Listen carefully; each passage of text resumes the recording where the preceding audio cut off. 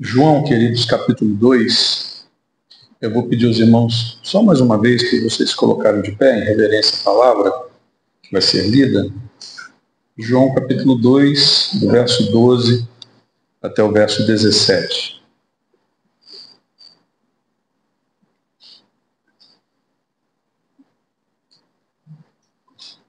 Evangelho de João, capítulo 2, do verso 12 até o 17, e assim nós vamos progredindo, vamos avançando nos nossos estudos no Evangelho de João. Depois disso, ele desceu a Cafarnaum com sua mãe, seus irmãos e seus discípulos. Ali ficaram durante alguns dias.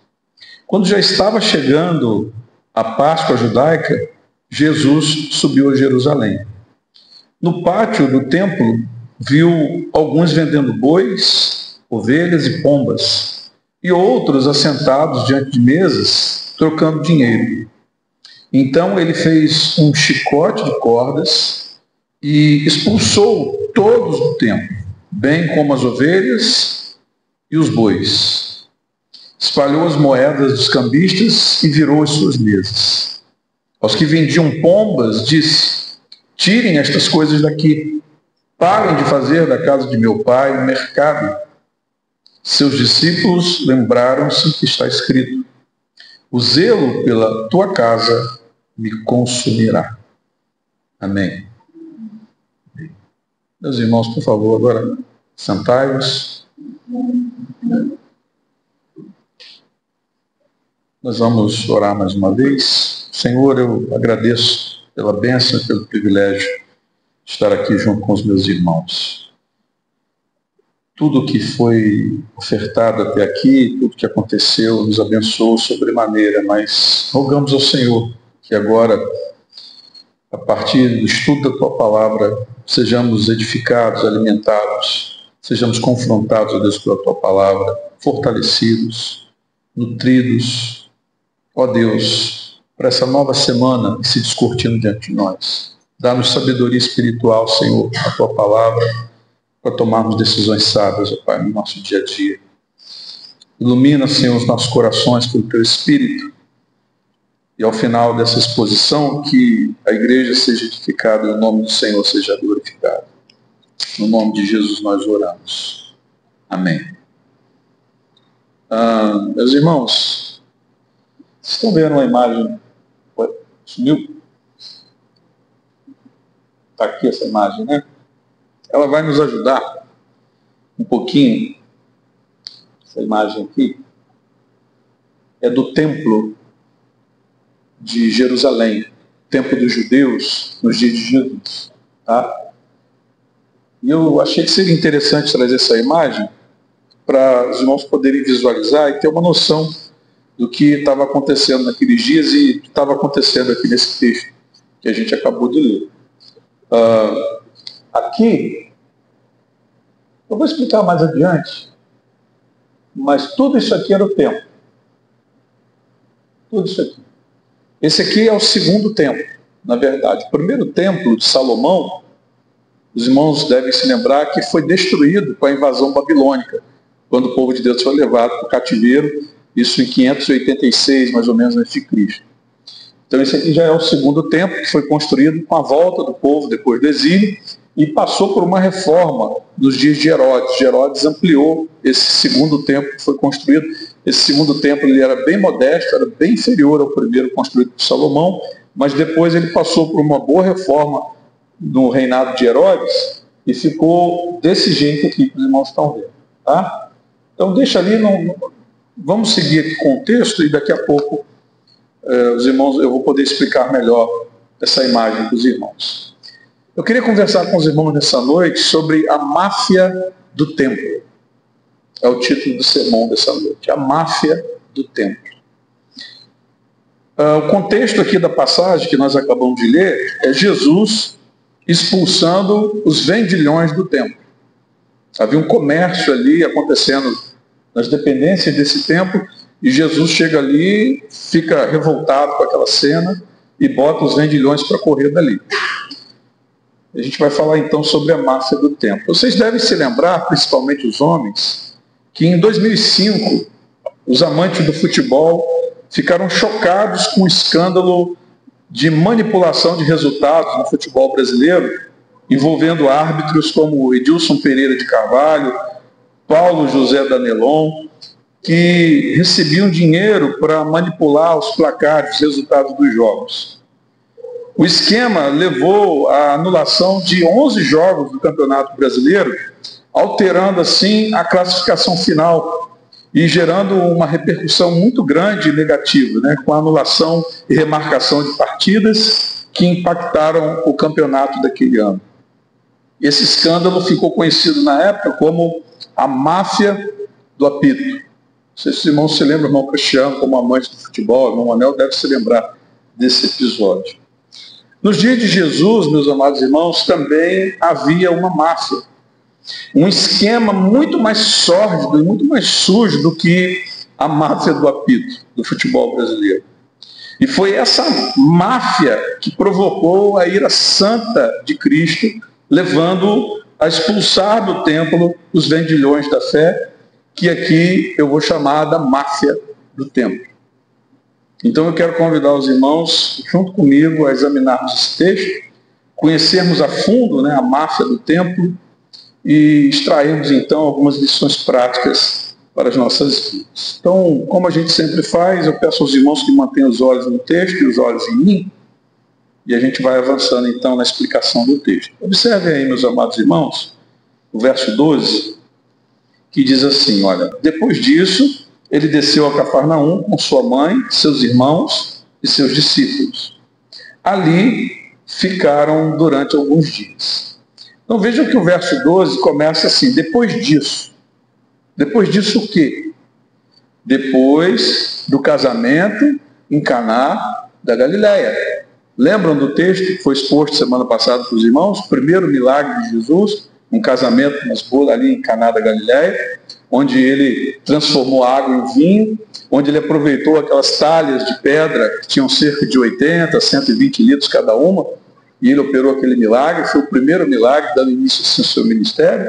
Então, depois disso, ele desceu a Cafarnaum com sua mãe, seus irmãos e seus discípulos, e ali ficaram durante alguns dias. Irmãos, Cafarnaum ficava na costa nordeste da Galileia e a cerca de uns 25 quilômetros a nordeste de Caná, a cidade onde aconteceu o casamento e onde Jesus operou o seu primeiro milagre.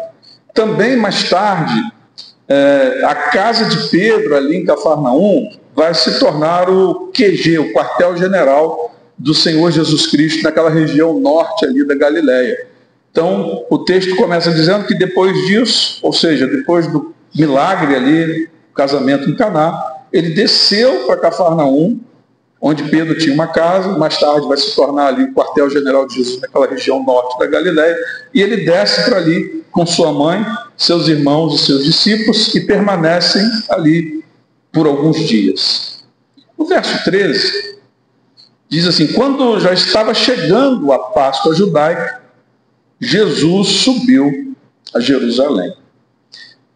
Eles permaneceram alguns dias ali em Cafarnaum, não se sabe exatamente quantos dias, mas diz o texto no verso 13 que quando estava se aproximando a festa da Páscoa, Jesus então ele se movimenta e vai rumo a Jerusalém.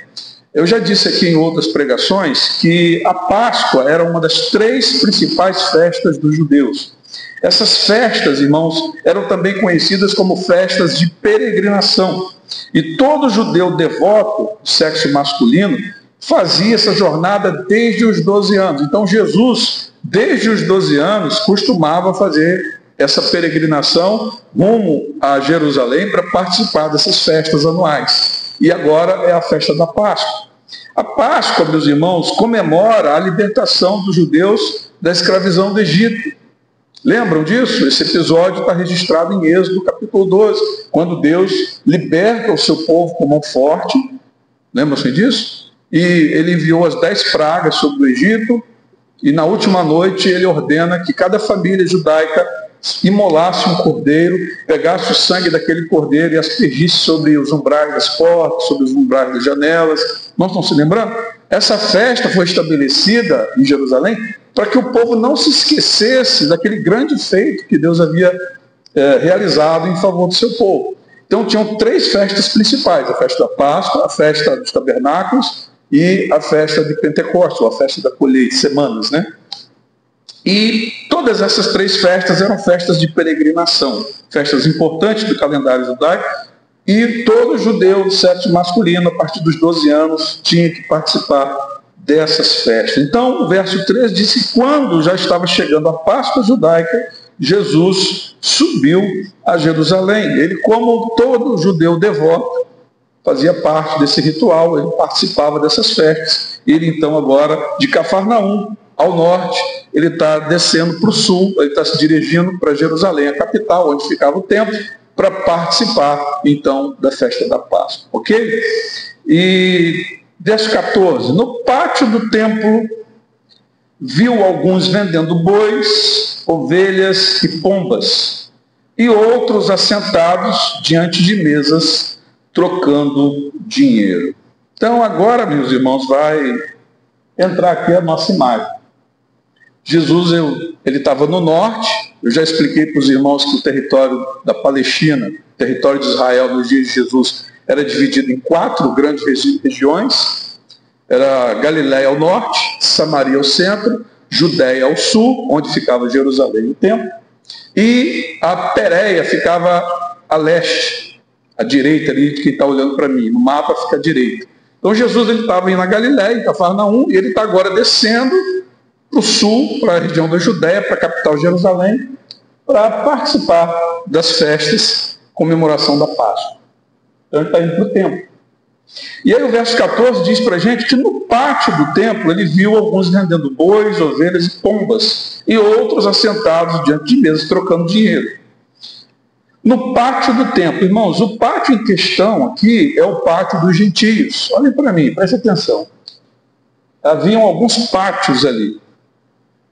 Esse pátio maior aqui, em forma de U, é o pátio dos gentios. Esse é o pátio dos gentios. Esse pátio aqui do meio é o pátio das mulheres. Depois do muro ali à frente, aqui é o santo lugar, e ali dentro é dividido em santo lugar e santo dos santos, onde ficava a Arca da Aliança. Tá? E esse pátio aqui, em volta do santo lugar e santo dos santos, era o pátio dos homens. Então, quando Jesus desce a Jerusalém para participar da festa, ele entra no pátio e vê, estavam comercializando animais ali, bois, ovelhas, pombas, viam cambistas ali também, trocando dinheiro. Era esse pátio maior aqui, ó, o pátio dos gentios. Era aqui que ficava esse comércio. Era muito agitado, era muita gente. Imaginem, meus irmãos, judeus vindo de toda parte de Israel, inclusive também do mundo gentílico, vinham para essa festa. A cidade ficava lotada. Então esse espaço ele era completamente ocupado por bancas de vendedores de animais, mesas com os cambistas trocando dinheiro, e eu vou explicar isso um pouco mais a fundo para os irmãos a partir de agora. Então, assim, durante a celebração da Páscoa, os adoradores vinham de todas as partes de Israel, do Império Romano até Jerusalém. Como muitos viajavam, meus irmãos, grandes distâncias, era inconveniente trazer animais para o sacrifício consigo. Irmãos, lembram como se processava a adoração no Antigo Testamento? Lembra como é que o povo obtinha perdão de seus pecados? Era através de holocaustos, de sacrifícios de animais. Aqueles animais simbolizavam o pecador. Aqueles animais apontavam também para Cristo no futuro. Então, assim, vinha gente de todo lugar da terra, todo o território palestino, também todo lugar do Império Romano, judeus, vinham adorar ali, e como alguns vinham de lugares muito distantes, não era conveniente vir trazendo animais. E o que aconteceu? Os comerciantes oportunistas, vendo uma chance de prestar serviço, mas também interessados em lucrar consideravelmente nessa época, estabeleciam-se no pátio dos gentios, a fim de que os viajantes comprassem seus animais para oferecerem sacrifício. Vocês estão entendendo? Quando Jesus chega ali e se depara com esse cenário, é por conta disso. Tinham que ter animais para oferecer em sacrifício, como vinha gente de muito longe, eles achavam melhor comprar ali na cidade. E aí muitos comerciantes espertos viram ali uma oportunidade. Por isso tem aquela máxima, né? Enquanto alguns choram, outros vendem lenços. O pessoal percebeu ali uma oportunidade de ganhar um dinheiro e começaram a montar suas bancas e levar animais ali para o pátio. Irmãos, imaginem a cena. Aquele monte de animal ali, ovelha, boi, pombo, sujeira que ficava no lugar, o alvoroço, a gritaria, cambistas com suas mesas ali trocando dinheiro, e eu vou explicar para os irmãos isso daqui a pouco. Olha, o versículo aí continua dizendo, outros assentados diante de mesas trocando dinheiro. O que é isso? Por que tinham mesas ali, cambistas trocando dinheiro, sabe? Vocês lembram-se que havia um imposto do templo? Lembram-se que certa feita, um dos cobradores de impostos questionou Jesus se ele, Pedro e ele, seus discípulos, não pagavam o imposto do templo? E Jesus mandou Pedro pescar um peixe com anzol, e ele ia tirar o peixe, o primeiro peixe que ele tirasse ia ter uma moeda, que ele ia pegar e pagar o imposto dele e o de Pedro no templo. Tinha imposto no templo, um imposto anual. Todo judeu acima de 20 anos deveria pagar o imposto do templo e tinha que ser pago com moeda judaica. Por isso que tinham cambistas ali para fazer o câmbio, porque vinha gente de todo lugar do território, gente de fora, de todo o Império Romano, e vinham para pagar o imposto, mas traziam moedas estrangeiras. Mas tinha que ser uma moeda judaica, não podia ser moeda estrangeira. Muitos alegavam, porque essas moedas tinham imagem de deuses. Mas, na verdade, o que estava por trás disso é que algumas moedas estabelecidas, e eu vou falar isso mais adiante para os irmãos, tinha uma prata mais pura. Então, esses cambistas aqui, os cobradores de impostos, estabeleciam uma moeda judaica pensando na pureza da prata, porque essa moeda valia mais dinheiro. Então, Jesus se depara com esse cenário. Aqueles que vinham de terras estrangeiras precisavam trocar seu dinheiro em moeda apropriada para pagar o imposto.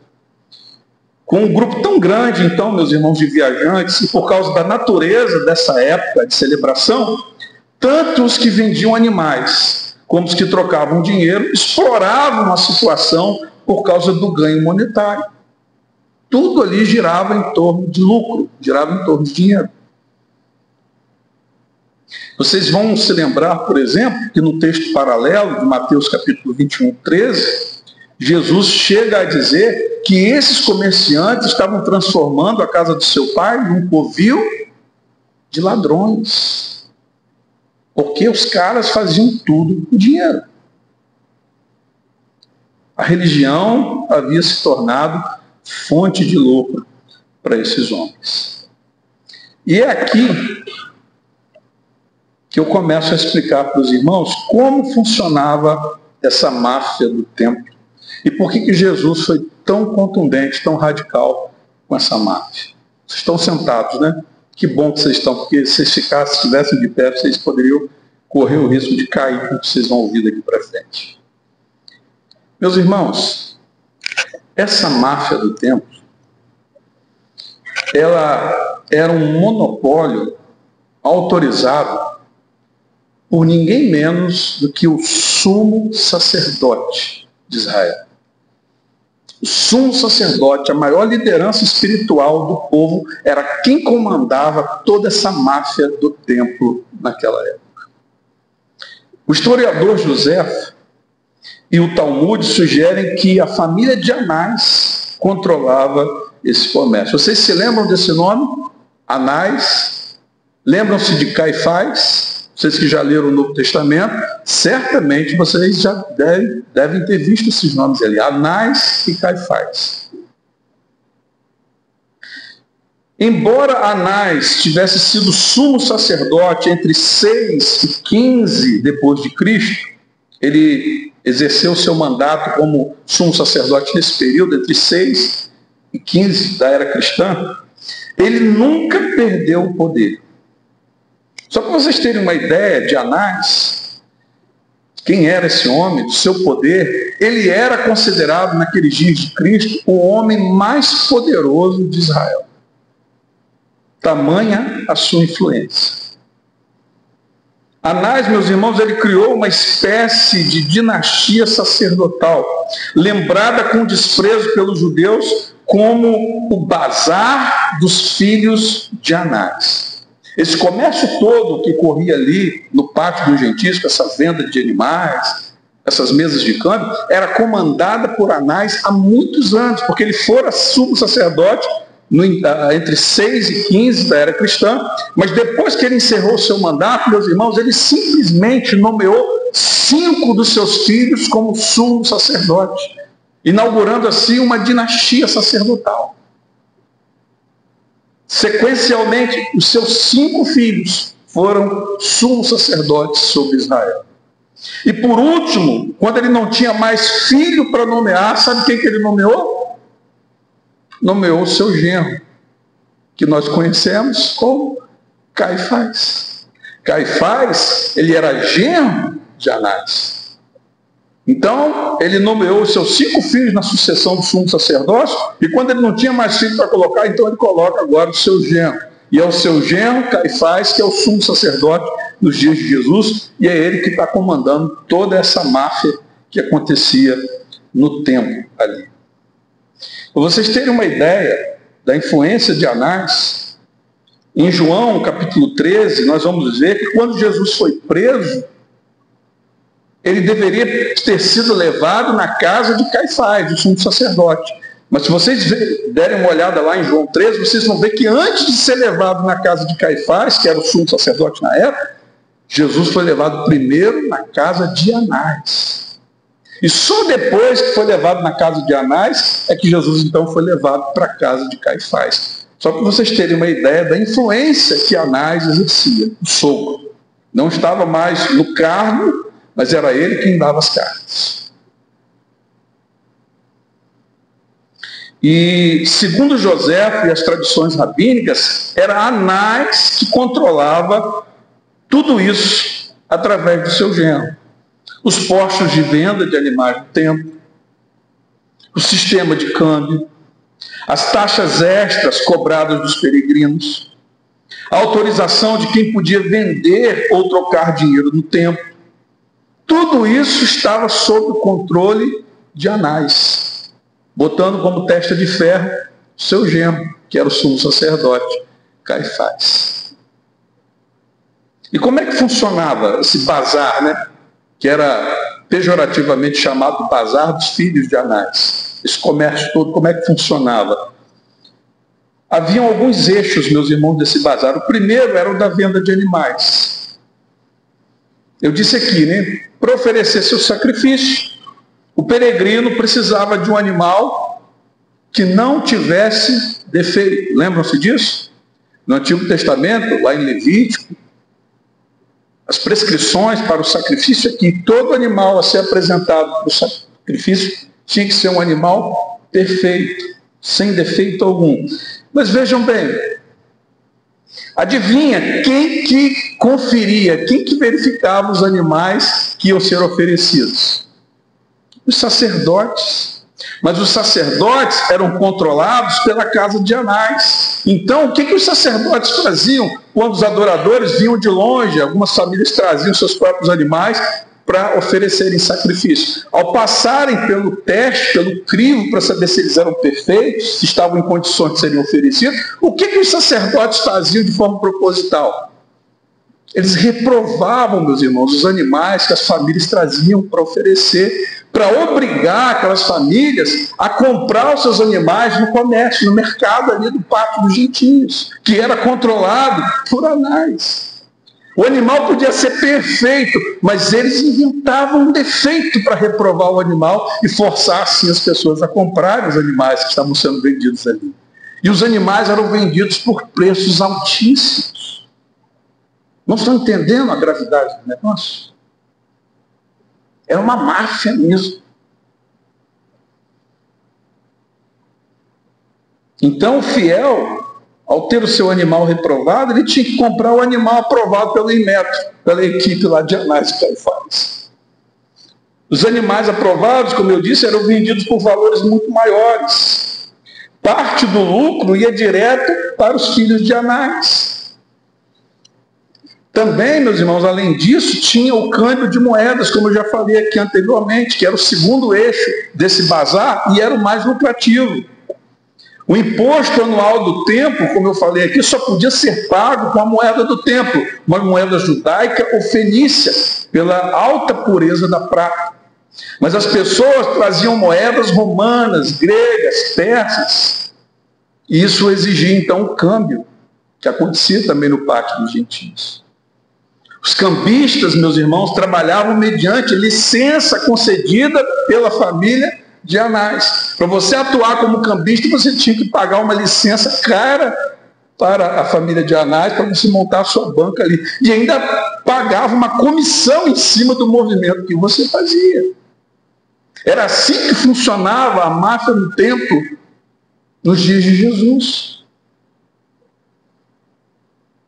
Às vezes cobravam taxas muito altas, às vezes cobravam taxas duplas pela troca de moeda grande. E tudo isso supervisionado, comandado pela dinastia de Anás. E tinha, naturalmente, a localização estratégica a favor deles, que era o pátio dos gentios. O comércio, meus irmãos, como eu disse, foi instalado dentro do templo.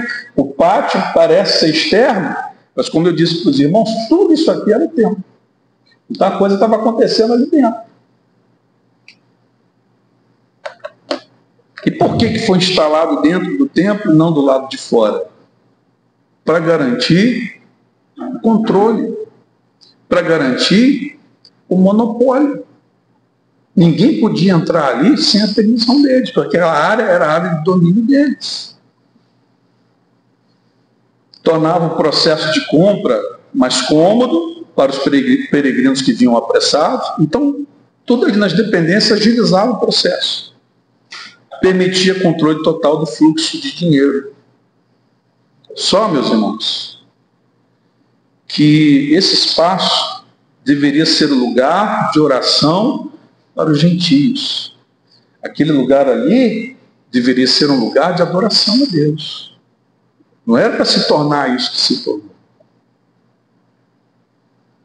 Acabou se tornando um mercado de animais sujo, fedido, barulhento, com gritos, câmbios e negociações. A espiritualidade foi substituída pelo comércio e pela exploração da fé. Aí agora vocês começam a entender, junto comigo, por que o Senhor Jesus Cristo se indignou com aquilo. Por que Jesus se revoltou e começou a virar as mesas, a soltar os animais, a botar os animais para fora, a botar as pessoas para fora. Nós vamos ver isso no verso que vem adiante, no verso 15. Irmãos,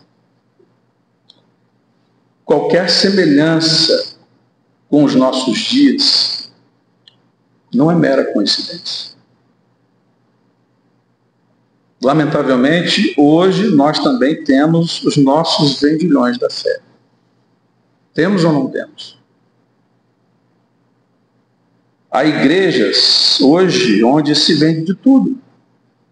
Lenço com suor do apóstolo. R$1.000 o lenço aqui com o meu suor. Você levar para casa para abençoar você. Os caras estão vendendo.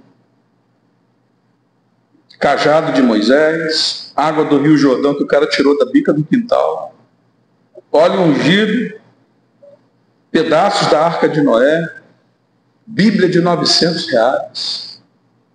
Tudo é comercializado hoje dentro das igrejas, para enriquecimento dos seus líderes. São os profetas da prosperidade. Aí a gente entende por que Cristo se indignou. Versículo 15. Olha aí a reação do Senhor agora.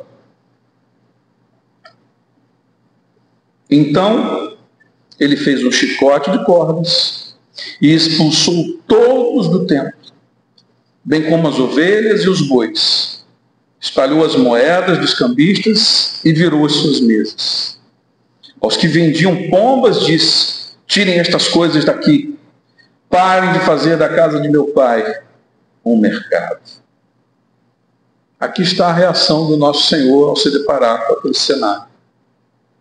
Diante desse cenário caótico e deprimente, Jesus adaptou um chicote de cordas, que é conhecido também como o azorrague, e começou o processo de purificação do templo. Então, meus irmãos, notem que quando a santidade de Deus e seu culto entraram em cena, começaram a ser maculados, corrompidos, Jesus pôs-se em ação furiosa para purificar aquele espaço. E isso aqui, meus irmãos, está acontecendo, é profético. Tanto em Malaquias capítulo 3, como Zacarias capítulo 14, profetizaram que o Messias purificaria o templo quando ele viesse. Então Jesus inicia o seu ministério, completa 30 anos, e ele agora, iniciando o seu ministério, ele se dirige ao templo, se depara com esse cenário da máfia do templo, e ele começa então a purificar, cumprindo assim a profecia de Malaquias e de Zacarias.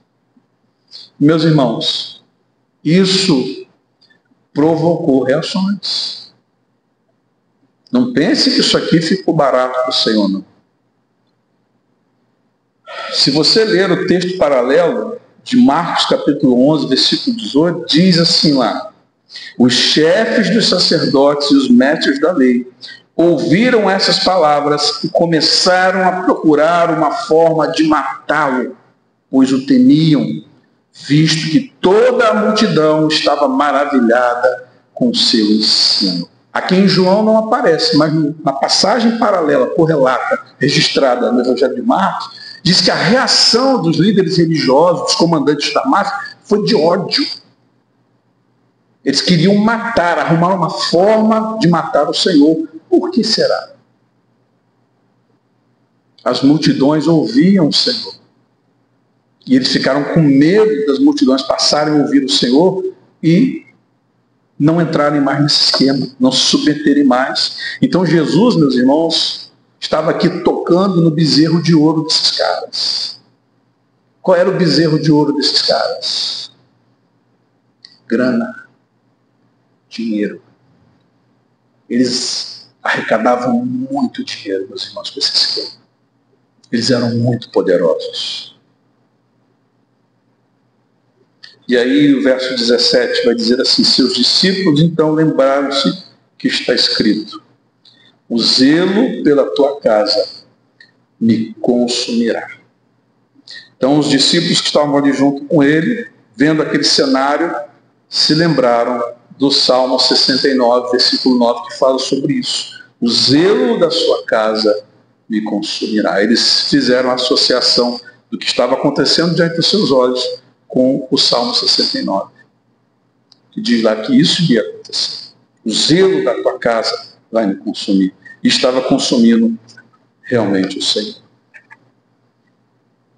Então, meus amados queridos irmãos, essa é a explicação dessa passagem. Jesus purificando o templo. Jesus denunciando e combatendo a máfia do templo. E o que nós podemos extrair daqui para aplicar as nossas vidas como cristãos?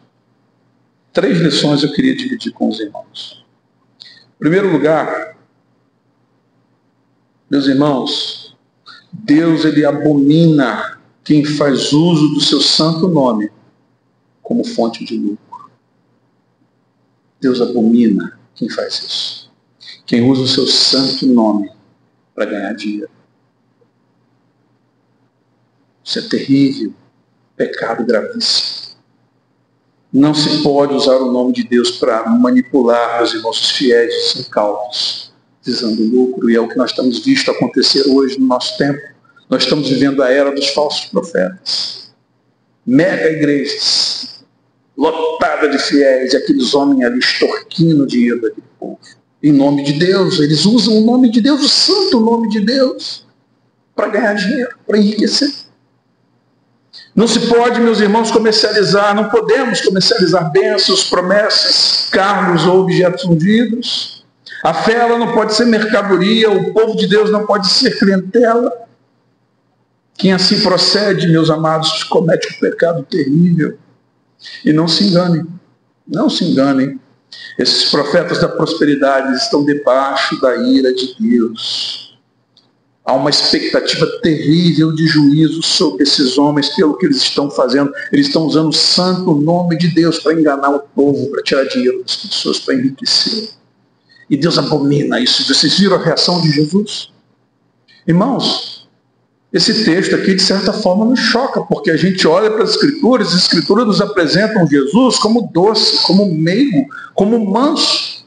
Mas nós estamos vendo o Senhor aqui profundamente irado. Ele está virando mesa, pegou um chicote e saiu chicoteando os animais, botando para quebrar. É uma cena impactante. Se você parar para idealizar um pouquinho, imaginar, ela nos choca, a tamanha fúria do Senhor.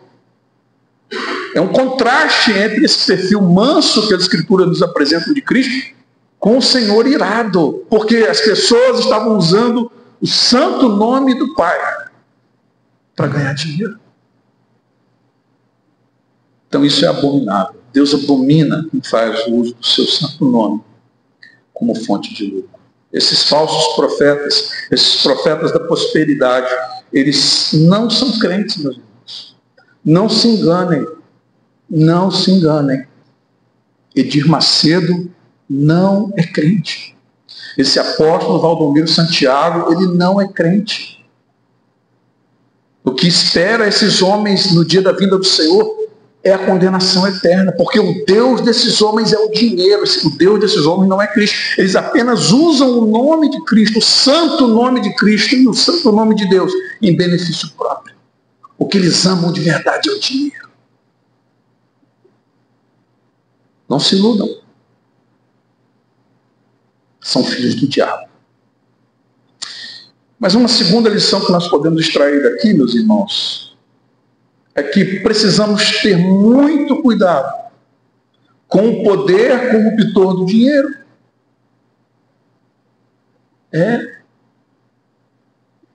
Brinca com isso não. O dinheiro, meus irmãos, ele tem um poder corruptor muito grande. Ele corrompe as pessoas. 1 Timóteo capítulo 6, versos 6 a 10. De fato, a piedade com contentamento é grande fonte de lucro, pois nada trouxemos para este mundo e dele nada podemos levar. Por isso, tendo o que comer e com o que vestirmos, estejamos com isso satisfeitos. Os que querem ficar ricos caem em tentação, em armadilhas e em muitos desejos descontrolados e nocivos que levam os homens a mergulharem na ruína e na destruição. Pois o amor ao dinheiro é a raiz de todos os males. Algumas pessoas, por cobiçarem o dinheiro, desviaram-se da fé e se atormentaram a si mesmos com muitos sofrimentos. Então, meu amado irmão, a primeira lição que a gente aprende aqui é que é uma abominação usar o santo nome de Deus como fonte de lucro. Há uma expectativa de juízo terrível aguardando esses homens no juízo final. Esses falsos profetas que enganam as pessoas para extorquí-las, para ganhar dinheiro, para ficar rico. Mas nós, por outro lado, também precisamos ter muito cuidado com o poder corruptor do dinheiro. Como eu acabei de ler aqui, o amor ao dinheiro é a raiz de todos os males. Amados, as pessoas são capazes de tudo por causa de dinheiro. Você vai para a TV e os noticiários estão falando a todo instante de filho que mata pai por causa de herança. Esses dias eu vi uma mãe matar a própria filha por causa de herança. É o poder corruptor do dinheiro. A história humana, bíblica, eclesiástica e secular demonstra que a raiz de inúmeros pecados graves é a sede por enriquecimento. Vocês vão se lembrar que Judas traiu o Senhor por 30 moedas de prata. Vocês vão se lembrar no Antigo Testamento que Geazi ficou leproso por causa de vantagens indevidas que ele aceitou. Vocês vão se lembrar também de Ananias e Safira que mentiram ao Espírito Santo por desejo de reconhecimento, de status. Irmãos, o dinheiro pode levar uma pessoa a comprometer sua integridade, vender sua consciência, destruir sua família, quebrar alianças, manipular pessoas e sacrificar a própria alma, vender a sua alma para o diabo. Portanto, meu irmão, não se iluda. Vigie o seu coração. Vigie o seu coração. E, em último lugar, a terceira e última lição que eu quero extrair daqui dessa passagem para nós aplicarmos nas nossas vidas. Nós devemos ter mais zelo pelos espaços dedicados à adoração. Você consegue ver isso aqui? Na atitude de Cristo? Expulsando os vendilhões, os animais. Sabe por que ele fez isso? Zelo pela casa de seu Pai. Zelo pelo lugar de adoração. Aquele lugar, aquele pátio dos gentios era dedicado aos gentios, para que todos os povos e nações pudessem vir e adorar o Deus dos céus. Mas haviam transformado num espaço de comércio. Isso me ensina e deve ensinar aos irmãos que nós também devemos ser zelosos com os nossos espaços de adoração. Amados, entendam bem, nós sabemos que Deus não habita em templos feitos por mãos. Para os judeus, aquele lugar ali deveria ser um lugar sagrado, porque na consciência do povo do Antigo Testamento, Deus habitava naquele templo. Mas com a mudança, com a chegada do Messias, com a inauguração da nova aliança, tudo mudou. Deus não habita mais em templos feitos por mãos humanas. Deus habita no seu próprio povo. Deus habita em mim, Deus habita em você. Entretanto, nós não podemos tratar com desprezo os lugares reservados à adoração coletiva. Nós devemos ter zelo por esses espaços. Como é que você se comporta no templo? Como é que você se comporta durante o louvor? Você canta ou você fica com a boca fechada? Você louva ou você cerra os seus lábios? Você adora ou fica como um espectador estático? Como é que você fica, meu irmão, durante a pregação? Você dorme, conversa, manipula celular, vai no banheiro toda hora, vai beber água toda hora? Como é que você se comporta nesse espaço dedicado à adoração? Irmão, nós precisamos ter zelo por isso. Como é que você se veste para frequentar esse lugar dedicado à adoração? Homens e mulheres. Moças, cuidado com o tamanho do seu vestido, com o tamanho da sua saia, com os decotes. Cuidado com a sensualidade dentro do lugar de adoração. Rapazes que estão aí fazendo musculação para ficar com o corpo fortinho, cuidado para você não usar roupa justa demais. Você daqui a pouco está levando uma irmãzinha aí a pecar. Este lugar não é para isso. Esse lugar aqui é lugar para adoração. A gente deve se vestir adequadamente para participar desse lugar. Devemos ter zelo. Sua roupa é condizente com este espaço? Quanta imoralidade, meus amados irmãos, e quanta sensualidade nós temos testemunhado em muitas igrejas por aí. Algumas moças em algumas igrejas se vestem que parecem mais prostitutas do que crentes, adorando a Deus. E nós estamos chegando então agora num período terrível, que é o período de verão. Olha o calorão que fez hoje. Mas, meus irmãos, a despeito do calor que se está fazendo, 40 graus é a média que está dando aí quando chegar em janeiro, fevereiro e março, então, a despeito disso tudo, nós não temos, irmãos, direito de vir para este lugar vestido de qualquer maneira. Precisamos ter decoro. Precisamos ter zelo pelos espaços de adoração. Então cuida, meu irmão, de você mesmo. Cuida do seu corpo. Proteja-se, guarde-se. Não seja instrumento para o pecado. Nem para você mesmo, nem para aquele que está ao seu lado. Se guarde para o Senhor. Seja zeloso. Que Deus, meus irmãos, nos abençoe e aplique sua palavra aos nossos corações. Amém.